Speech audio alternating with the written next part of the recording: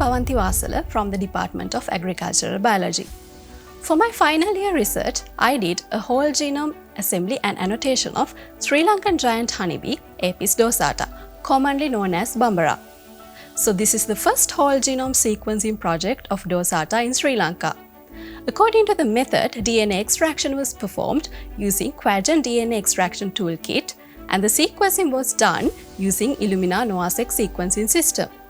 Genome assembly and annotation was performed in Galaxy web-based platform as a reference-based assembly up to the scaffold level. During this study, I have identified the genes, protein domains, protein families, and orthologs in the dorsata genome. Furthermore, I have identified the variants of the Sri Lankan dorsata genome with the reference genome. I did my final year undergraduate research to identify feasible climate-smart agriculture interventions to mitigate climate change impact across 9 regions of Sri Lanka.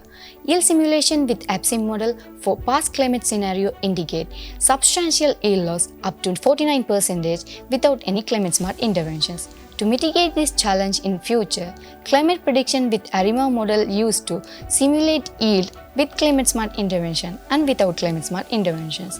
There I identified that alternative wetting drying method is a technically feasible climate-smart interventions for intermediate zone and dry zone with climate change and without climate change. Paddy farming with alternative wetting drying method ensures higher net present value and benefit-cost ratio than the conventional practices. Salt is stealing our soils. In Puttalam, Sri Lanka, more than 50% of paddy lands have been already affected. But we are fighting with seed priming. Zinc sulfate, mannitol, sodium nitropside and calcium chloride have showed significant effects on increasing the dry matter and increasing the potassium concentrations and reducing sodium concentrations inside the shoots. Simple, smart and game-changing. From weak to a warrior even before it sprouts. As a sustainable alternative to the synthetic plastic, my research was focusing to development and characterization of biodegradable packaging film to mitigate the issues generated from the synthetic plastic. So in here, as a raw material, the hemicellulose was extracted from the corn cob residue and a corn husk residue. In this kind of researches, we cannot obtain pure hemicellulose-based biodegradable film packaging. So hemicellulose were blended with the polyvinyl alcohol, citric acid and also other polymers. In result, it shows that the greater potential of corn husk-derived hemicellulose to compatible nature with the synthetic plastic. And also, this kind of researches clearly shows the impact of the negative effect of the synthetic plastic and also agricultural residue. So my research was focusing to mitigate the issues generating from the both resources, which are synthetic plastic and also the agricultural residues. Sri Lanka have this exotic snail species called Formosia diffusa, the spike-topped apple snail introduced to Sri Lanka to the ornamental fish industry in early 1980s. It is known as a potential invasive species because it doesn't have any effective control methods, it doesn't have any natural predators, and also because of its extremely rapid reproduction rate. In my research, we explored the potential of this species as an alternative to unsustainable fish meal in aquaculture feeds. And it turns out we can use it without compromising growth performance, with even more with increased coloration and with increased pellet quality indexes. This way, we turned a destructive species to a sustainable protein source for one of the largest export industries in Sri Lanka at the moment. Soil pH, a key influencing factor on agricultural production and environmental health. Therefore, knowledge on soil pH variability is important for land users like farmers for sustainable soil management. I used 1,500 soil samples collected across the country combined with environmental variables to predict soil pH across Sri Lanka.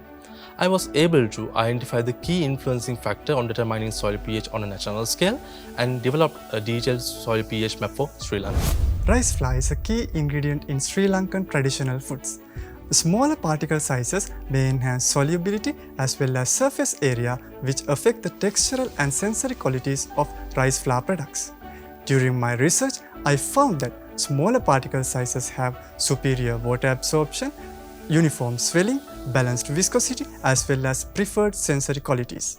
These findings can recommend to the food industry by using fine milling techniques as well as blending of fine and coarse particle sizes for a better rice flour production. Traditional tea tasting has always been heavily subjective, exhausting and time-consuming. I have incorporated physicochemical properties of tea along with neural networks where you can predict and validate tea quality assessments in a rather efficient, accurate and a quick manner.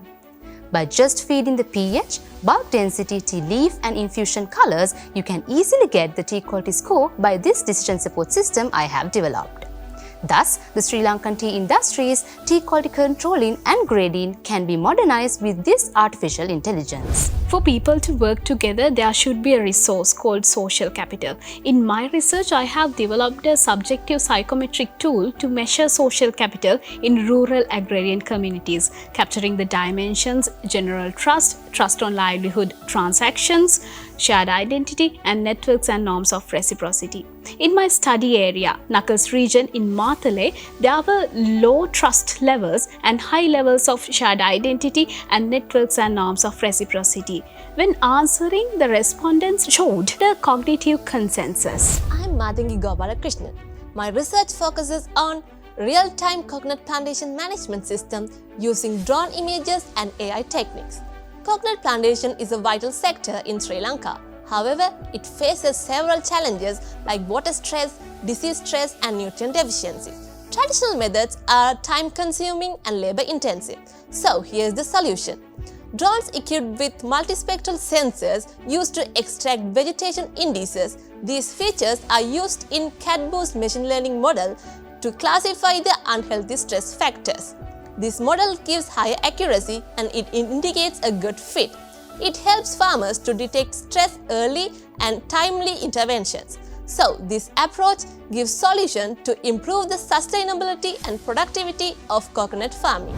FAuRS gave us a valuable opportunity to showcase our research findings to a scientific audience and also show our talents in competitions such as 3MT and Research Tune. There were workshops to support us in this journey. Therefore, we would like to extend our sincere gratitude to the faculty and the FAuRS committee for organizing this valuable opportunity for us undergraduates.